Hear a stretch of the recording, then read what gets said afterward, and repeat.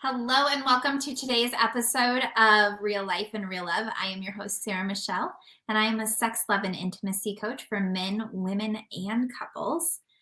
We like to focus on polarity teachings, which is why you'll hear a lot in this episode and other episodes about masculine and feminine energy. This is my co-host, Haley Henderson. Would you like to take a moment to introduce yourself? Yeah, so my name is Haley and I'm a stylist. I help specifically women dress and feel their best and use their wardrobe as a tool, a communication piece, both for themselves. Like if you're having a really bad day, please put on some yellow or something really beautiful and you'll have a great day, or your favorite color, or as a tool of communication for the outside world. Within 1/10 of a second, we judge each other on what we're wearing, which is like so fast. That's like instant intrinsic instinct of what a person is trying to communicate. And I actually saw, as an example, a video yesterday that was talking about how they use clothes to find other people that are like-minded, like when they're in an airport or they're struggling and stuff. And I was like, of course.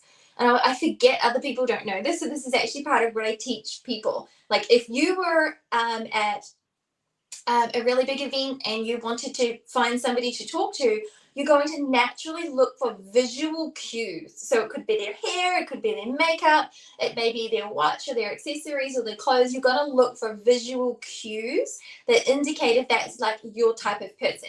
We do that when we're looking for relationships with men or women, and we do that with ourselves, and we do that with friends. And so a lot of what I teach people and how to use style and the visual elements and presence, and then also how to make your life like more sensual, more exotic, more happy, more successful, because you can use clothes as a tool to do that. You can have a wardrobe full of clothes that you feel like you've got nothing to wear, and I'll help you figure out without spending a single dollar how to make that actually work for you, because there's a reason why they exist.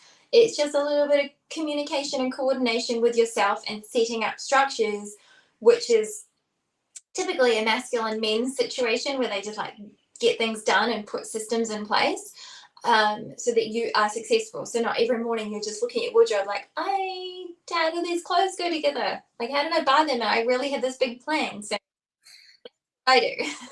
I know that frustration. Well, in our last episode, we spoke about how men communicate and are just wired differently than women. And so we thought in today's episode, we might share in more detail, give some examples of like how we can navigate these conversations and these, I don't necessarily want to say disagreements, because they're not always, it's more like where you're not understanding each other. You're just coming at it from two different places because you are two different people. So, how do you navigate it when those things come up to make sure that you're feeling seen and heard and valued without disrespecting the other person, without hurting the other person, which I think is really important. There a lot of times we talk about how the feminine is meant to be expressive and share her emotions. And that's true, but it doesn't mean you get to be the 2-year-old having the tantrum all the time. Like there is, if you set up your relationship in such a way that most of the time when you're expressive, you are, there's a better way to say this than more adult-like. I don't want to say you have to go into your masculine and get it all organized first, but if you can find a way to express yourself and your emotions without attacking the other person most of the time, then when you do have those moments where you have that tantrum, it's easy to forgive that and move past it because it's not your character. It's not your everyday, every way of being or existing. So let's talk about that. Some of the ways that you can do it. I know the first thing that came to mind when we talked about doing this was, to me, knowing the other person's love language. Because for me, my top love language is for sure touch. So if we're going to get angry at each other and you're going to withdraw from me physically, that just makes it so much harder for me to move through it.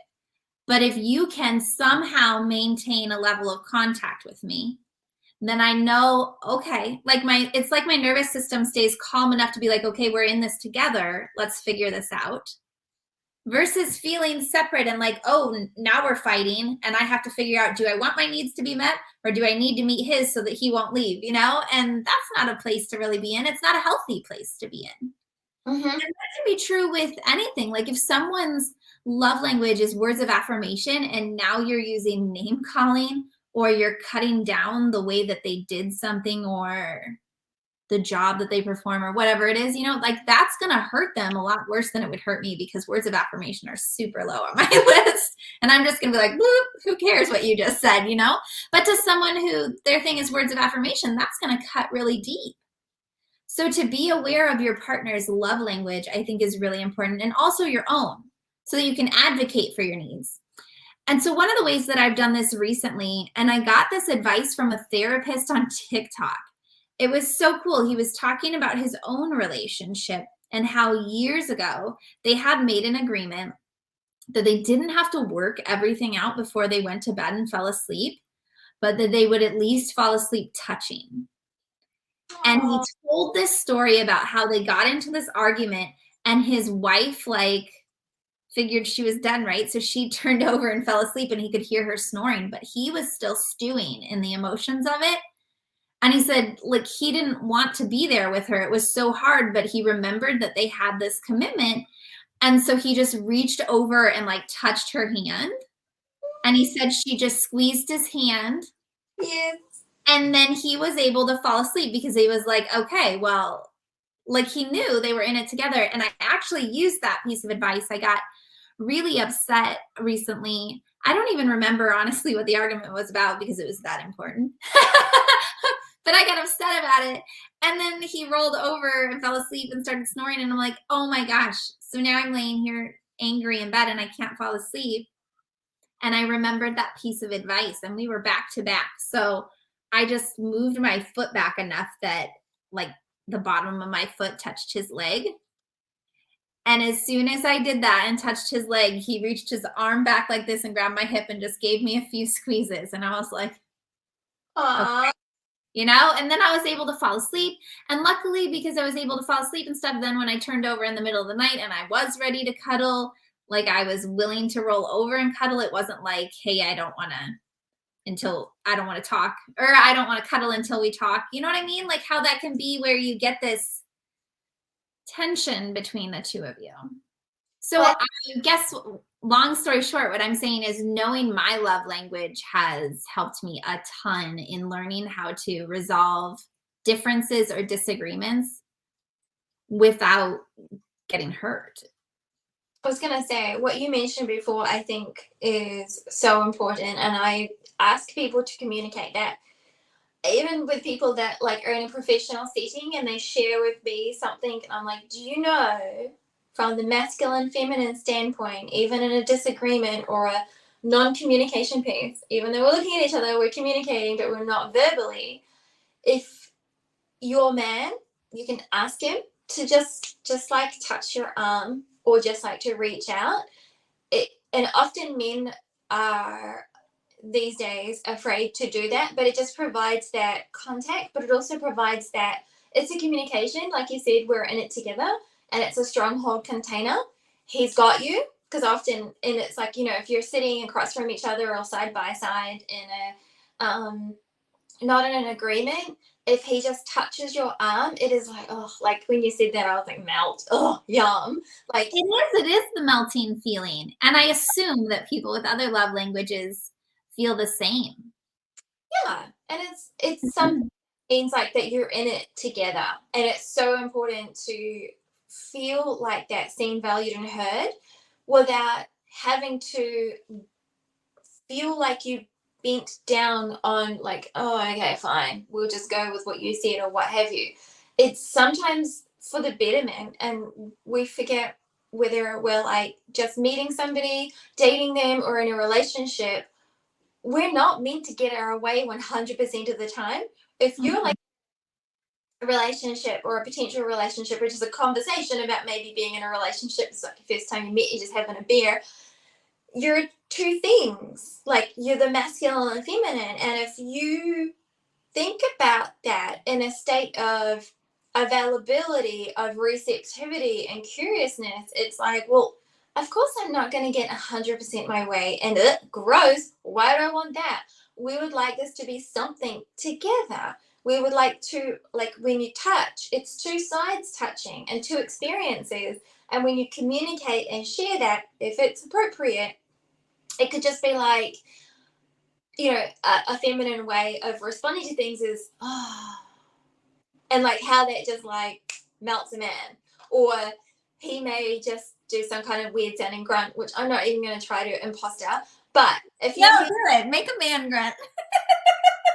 your man make that kind of, or even if he sounds like he makes like a sound, like and it's just like in like it, or he'll, there's something internal in here where he makes that man sound, and you just go, yeah, like it's communication, and it's something, and it's a language, and it's a connection, and you do not need to be thinking the same thing, physically the same. He could be providing the touch, you're receiving the touch. He could be providing the sound and you're receiving the sound. And like just being available for those moments, oh, so good. And even if it's like a heated discussion or you feel very family about something, if you allow those moments, whenever they happen, like they just change your life and you have a different experience. You can be in a relationship where he is constantly in his masculine structural, his, and we talked about in other episodes where his boxes, his subjects, his ideas do not touch and connect to the others.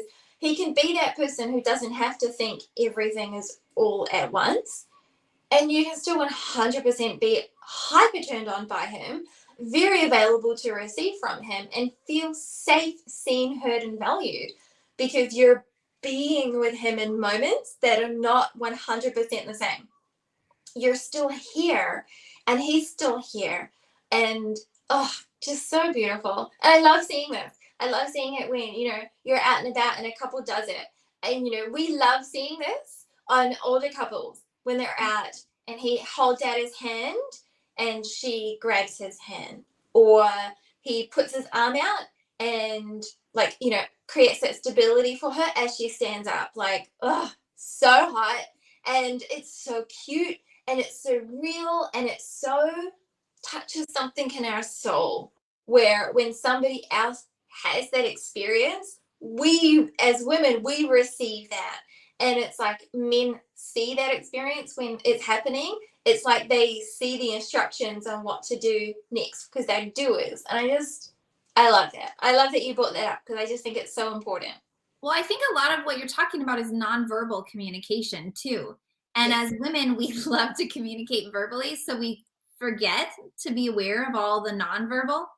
And Mm-hmm. to me, that's been really healing to learn the nonverbal communication in relationships. And it's honestly been very freeing for me. I speak a lot in my business, in my career, and what I do.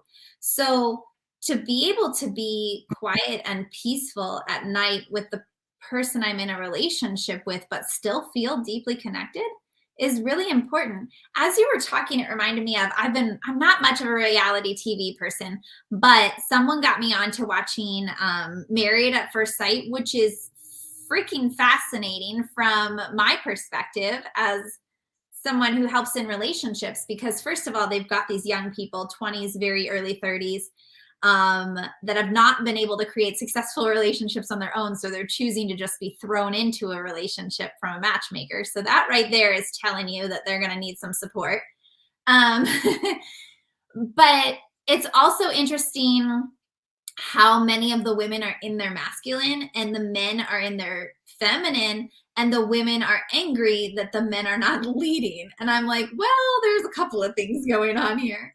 But anyway, I was watching it today, and one of the things I thought of that I plan to reach out to my partner and share at some point later on is there was this couple and they were at the dinner table with other couples, and she felt like he was flirting with this other girl.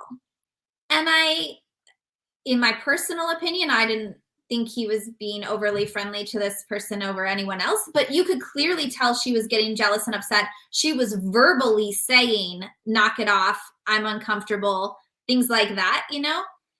She ended up getting up and leaving the table, and some of the girls followed her. And when she came back, it started happening all over again. So she left. And that was the second time when he finally got up. But the only reason he got up from the table to follow her the second time is because everyone else at the table said, I think you should follow her this time. It's your turn. And I thought, you know, what it made me think of is what would make me feel really good, loved, seen, supported, heard in my relationship is if I'm ever out with my partner. Maybe we're at a family event, maybe we're just at a bar with a group of friends. It doesn't really matter where. But if I'm ever out and he can tell that I'm upset about something, whether it has to do with us or he doesn't know, I would love for him to see that and just say something to me where he can take me to a private place like, hey, babe, do you want to step outside with me for a minute? Or, you know, just something that pulls me, because I'm not a public display of, well, I'm a public display of affection, but not a public display of like emotions and stuff like that. And it would make me feel so loved if he noticed it and pulled me into a private area and just asked what's going on so that I had a moment to express it. Because one of my least favorite things is like when you're out and you have to keep a decent face on, you know what I mean? Because you're trying to like not ruin everybody else's night, not break down and cry in front of other people or whatever. And I thought, I want to tell him that because I know he would do it happily if he knew that was something that I desired. And it would just make me feel so much better because then I would feel, well, it would help me feel our connection, him noticing it and stuff. But also, it would help me feel just safer, like that my feelings are okay to be had and that there's somebody there that's on my side that will help me through it, that I don't have to do it alone. When I was married, I did feel like I had to do a lot of those things alone. And I don't even know that like he intended for it to be that way as much as I didn't have enough self-awareness to realize what I needed and communicate to him, I need this. You know what I mean? Yeah. Not necessarily like criticizing him. I'm just saying I know that I lived an experience where it didn't work and I don't want to repeat that. Yeah, definitely. I think I struggle with the in between the lines thing, and I know people don't pick up the visual cues. So I'm learning as a constant state of flow and a state of being in a woman how to communicate in a way that other people understand where I'm at. So I will find a way to communicate with my partner. Hey, I feel very uncomfortable because my face doesn't read it. And I know that Oh, people my face tells you everything. the resting bitch face is like my destiny, and so I've got better because people are like, wow, you're so cool cucumber about that. I was like, I wasn't on the inside. I was like, what? But I'll just wait until I'm like gone and I'll deal with it privately. I think it's just been my life circumstances where I've had to be. I'm the oldest. I've got 5 younger sisters. I've been in some interesting circumstances where I had to hold strong. So I learned how to do that and then how to process when I get home. But if I physically, like my emotions are being different to normal, other people feel my emotions, but my face is not registering the emotions that they're feeling from me, which is one of Okay. the I've learned how to communicate. Like I'll like say, hey, I'm actually feeling really overwhelmed or upset. And it's very fascinating. The more that I've got better at communicating that, the more the other person, like their eyes look at me and they just think, you are. But I'm doing it different to everybody else. It's like my own version. And it just creates a nice like little bridge between us where I'm still able to be myself. We're not going to change overnight, but we can find ways where we can it's like offer a piece of communication or a bridge into what's going on for us without expecting the other person to fix it, and then the other person through their own whatever they choose, like them looking, them squeezing your hand, them acknowledging what's going on, whether they are on the same train or not. It's so fascinating. And when you start coming from that place, you start to, I think, be in a place of receptivity. You can receive in your feminine. Like I'll be in my masculine about it, and then I've just gone, okay, I'm actually not here by myself. I probably should like say something in case like I just get in the car and be like, ah, like straight away afterwards, I'll just like get into the car and just like cry. And I'm like, can't leave the road. And people find it so confusing because I was totally like a bullet inside. There was nothing was going to happen. And when I communicate that, it changes the flow of that. And I say this so much to myself, and I remind other people that I struggle with it, and then other people, you're allowed to say, I don't know how to communicate this, but this is the situation. Or I'm feeling you don't have to have the words. There's so much pressure as a woman to know what to say. But what if you don't? You're allowed to say, I don't know. And you're allowed to say to your partner, you can say to me, I don't know, what are the words or the situation, but and then you look after that space between you and you create something there. Like if you don't know your love language, if you don't know a turn on or a turn off, but you know something and it's come to the surface, you're allowed to communicate that and have that received or responded to. Or you can just say, like, if you're feeling like being that 5-year-old princess who wants to stomp her foot, you can say to your man, I feel so pissed right now. And I know you can't tell on my face because, this is not a situation. I really want to stomp my foot. Watch how fast your man will find a solution and how fast it's like, oh, your heart feels like a hug. He'll get you a drink. He'll take you for a walk. He'll look into your eyes. He'll see you, validate you. And you didn't have to know what was going on. You didn't have to know what triggered you. You didn't have to have the right words. You could come up with a non-verbal way of doing this if you're a person who really has no words for this and you are struggling. You can come up with a hand squeeze or an arm squeeze. So this is something that I do because I'm still verbally struggling to process some of the stuff. And I know I have a lot of like stuck trauma and I may not process how everybody else does. So I was like, hand squeeze. That's the thing. Like I try to think each bit is a syllable, but it's not really because the other person has no idea what is going on, that it is something. And that's enough for your partner or your friend. So you can do this in any circumstance. Like if you think about, as a side note, if you go out with your girlfriends and you're in an uncomfortable situation and you're standing next to each other, you're going to squeeze her arm, you're going to squeeze her hand, or you're going to do something where you're like, if you see a creepy guy. yeah, you're like, you see a creepy guy and you're trying to communicate with the other person non-verbally. you can do that with about your feelings or about a situation or about somebody else making you uncomfortable, and see how fast stuff changes. And he's able to be that hero and rescue you. He's able to see, like, learn something about you if you've never shared this in a way. If you've never had the discussion with him, but you're uncomfortable or upset, and you squeeze his hand in a way that, like, you would squeeze your girlfriend if you saw a creepy guy, and you were just like, this is really uncomfortable, he is going to respond very different. He's going to look at you or squeeze back, depending on the situation. And you're going to feel so seen, heard, and valued. And you've said nothing. You didn't have to figure it out. You didn't have to address it. If you've got really good chemistry and you leave that situation, there's a chance he's just going to like wrap you in his arms or push you against the wall and passionately kiss you or something like that's going to happen. And you're just going to think, oh, but we didn't process and sort this out. But what if you did? What if it did? Because he's a doer, he's a man, he's, the typical, like we've talked about in a past episode, it's like a side-by-side doing type of situation. And if you're in a physical situation where you like squeeze his hand or his arm or something, and it's not like a, oh, hey, buddy, it's more like a, save me, buddy, but your face looks like resting bitch face and nothing's going on, he's going to be like, something. Yeah. I think too, one of the things I've found to make sure to avoid disrespecting the other person or making the other person feel disrespected, I find that being like very direct and blunt is actually very well received from men. So if I was like in an uncomfortable situation like that, instead of trying to figure out which, in my wounded feminine, I could spin out in my head and try to figure out the conversation for 30 minutes. But I've now learned how to just be like, I'm uncomfortable. I Yes. feel uncomfortable. Like just one statement, he will ask whatever questions he needs to ask to understand this.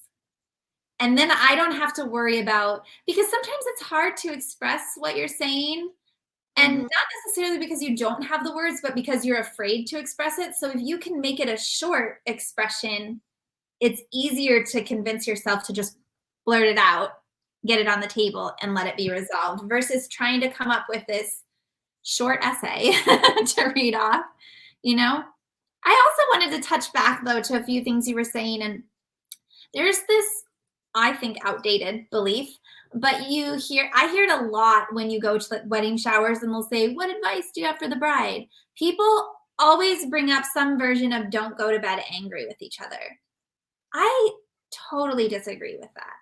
First of all, my human design is that I process things emotionally. I have a defined emotional center. 50% of the freaking world does. So I am not in the minority at all. A lot of us have this. And one of the top things they teach you with that is when you get emotional, when you need to make a decision, when you need to have these big conversations, sleep on it because your energy settles as you sleep. And I find that I get so much clarity because it's like the ego part of me drops away. Um, I just get so much clarity about where is this coming from? What am I really feeling? What part do I need to express? What part is mine and just needs to be handled here? Doesn't necessarily need to be expressed. And so that's where that thing that I started the episode off with, talking about how you can just reach over and touch them before you go to bed. Whatever it is I mean, if touch isn't your love language and there's a better way for you to create that small connection, just to let the other person know, hey, I am upset, but I'm still here. I'm not leaving. I just need time to process this. Like, do that and give yourself the space to do it. I find that we don't waste time arguing and over discussing things in my relationship. In fact, the other night we were going through something, and we have a big change happening right now that I'm not sharing about just yet, but we have a big change happening, and it just kind of hit me. And I he said something to me and I just went like this and kind of like looked away. Um and he said, "If you don't want to talk about this right now, we can talk tomorrow." And I just said, and that was it. Then he just dropped it. And it was so nice because then, I mean, we were already in bed, so we were going to be going to sleep soon anyway. But then we just kind of had like a light conversation and fell asleep versus someone trying to force you to talk or me trying to force myself to talk. I didn't have anything to say at that time because what was happening was I had a bunch of emotions and a bunch of things swirling. I didn't have words for everything in order to express it. I also didn't know what was important to express because I didn't know what I was still going to feel in the morning versus what I was feeling right now. You know what I mean? Because the feelings I'm feeling in the moment are also incorporating how my day went. So just because I got cut off in traffic earlier, or I got in a fight with the kids, or whatever the other things are that happen throughout your day, like that all goes into the moment and it doesn't necessarily need to be there. So I don't ever say that when I'm at the wedding things. Never like, don't go to sleep, mad. My advice is always, oh, it's two C words. It's totally slipped my mind as I told you I was going to tell you. It's about collaborate, don't compromise. Stop trying to compromise and learn how to collaborate. Because to me, in compromise, when you're coming together, each of you have to give up a little. It's like you're out here and each of you have to give up a little until you reach the middle. And I think that leaves each of you with a little bit of disappointment and maybe even resentment. Whereas if you're both here and you're like, what could we do differently? And then you just brainstorm and all of a sudden the two of you are together over here, or the two of you are together over here. Like it doesn't really matter because you've created something new together. So anyway, Yeah. fun tangent. Well, how about if we wrap up for today? I mean, that feels really good. And hopefully, as all of you have been watching, you're understanding more tangible things about ways that you can start to communicate in your relationship so that you feel seen, heard, and understood, but also so that your partner feels seen, heard and understood. Let us know in the comments below if you have any questions about that or would like help with any of this. We'd be happy to share more in future episodes. Be sure to like the episode, subscribe, share it with any friends or family that might also enjoy this. And thank you for joining us today. We'll see you next week.